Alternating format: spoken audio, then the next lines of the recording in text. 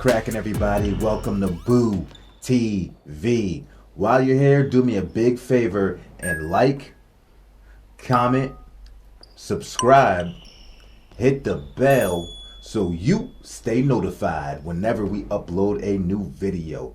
Thank you for stopping in. I appreciate you for watching. Thanks for the support, and let's get into the topic for today. The Brooklyn Nets now have lost both of their games in the absence of Kevin Durant. Now, I said on a previous video that this whole situation seems to be a lot similar to what happened last year. The Nets were on top of the world, on top of the conference. KD gets hurt, they drop down to the bottom. But I also said at that time they had the James Harden fiasco going around, and Kyrie Irving wasn't there to play. But this time, James Harden is gone, and now they have Kyrie Irving to help keep the ship upright to at least be a 500 basketball club in the absence of Kevin Durant. I would be happy if Kyrie could just keep him at 500. But the thing about Kyrie Irving is, I just feel like as far as his performances and his output, as the guy, as the only all-star on the team, he's very inconsistent. And this is something that I have noticed from Kyrie for years now. The Brooklyn Nets should not have lost to the Oklahoma City Thunder at all. And had Kyrie Irving had a somewhat decent game, they probably would have won. All right. This goes to show you, one, people like to downplay Kevin Durant's value and what he's worth and how much he means to a ball club. People like to call Kevin Durant a scorer, like that's all he does. No, Kevin Durant is an all-around basketball player, and Kevin Durant directly affects winning and losing. You feel his impact on the floor. I don't feel that from Kyrie Irving on a consistent basis, and I think it's even more telling when Kevin Durant isn't there and he can play more comfortable with Kevin Durant on the floor. This is just what I feel like I have observed over the years. I'm not saying Kyrie Irving is out here in the absence of Kevin Durant ball hogging. I'm not saying that at all. I'm not saying that at all. He only took 20 shots. But I just feel like he doesn't impact winning consistently, is what I feel like. I feel like Kyrie Irving occasionally, once every 3 or 4 games may explode for a good game or have an extremely explosive performance.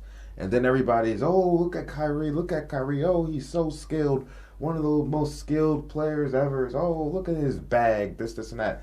Listen, that's all well and good, all right?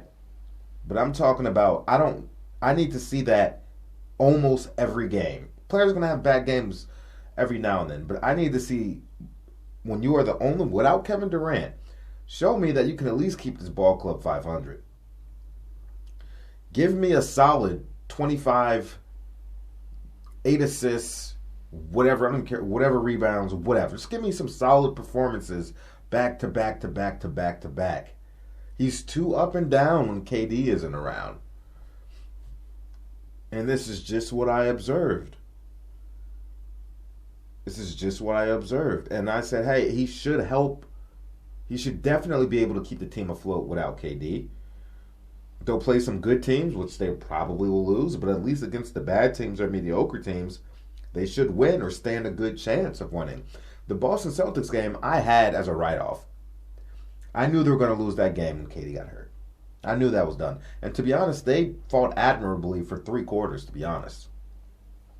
But this game against the OKC, I have to see Kyrie Irving step up as far as output, leadership, and impact consistently. Not once every 3, not once every 4 games. They need you now.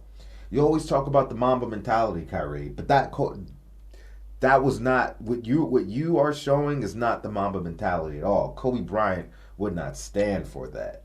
You have to lead this ball club in the absence of Kevin Durant.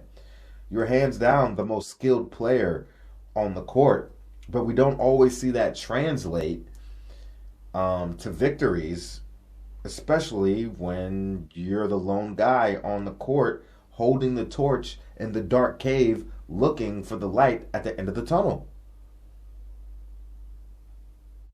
They need you to be more consistent. And I personally, I don't trust Kyrie Irving when he's by himself. He plays so much better when KD is on the floor. And it makes sense. KD makes the game easier for you just by his mere presence and what he's able to do on the court. And I'm not trying to take anything away from Kyrie because you can still have that luxury with KD on the floor, but still go get yours when KD is off the floor. I'm not saying you need that. I'm not saying you're only doing this because KD's on the floor. If you have the ability to do it when KD's not on the floor, do it. If you can do it the way you do it when he's on the floor, do it.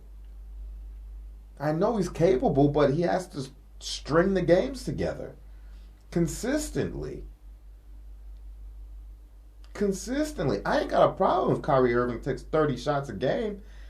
As long as he's hitting a lot of them, go for it. Keep firing.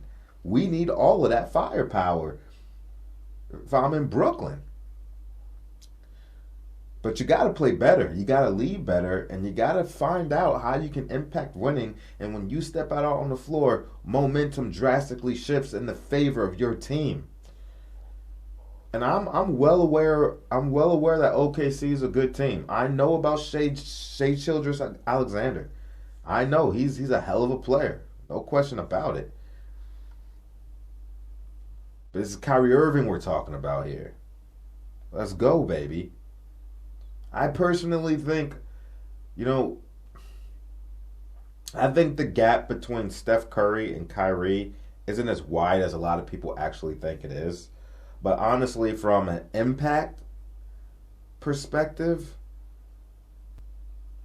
and an output perspective, I think I'm probably leaning towards Steph Curry over Kyrie Irving. I'm not saying Steph is more skilled. I'm not saying Steph has a better bag. I'm not saying Steph has a better ball handler. I'm just saying impact, affect winning. Show me more. I know the Warriors are having a down year. Don't get me wrong. I understand that. But I'm just talking about what we've seen over the years. All right. So, Kyrie, you got to step your game up, big dog. Kevin Durant and you as a co-leader have led this team from the bottom to the top. Don't drop back down to the bottom like y'all did last year, especially because now they have you. All this talk about what you're capable of doing, how you're one of the most skilled players, show it, but also lead. That's all I gotta say about it.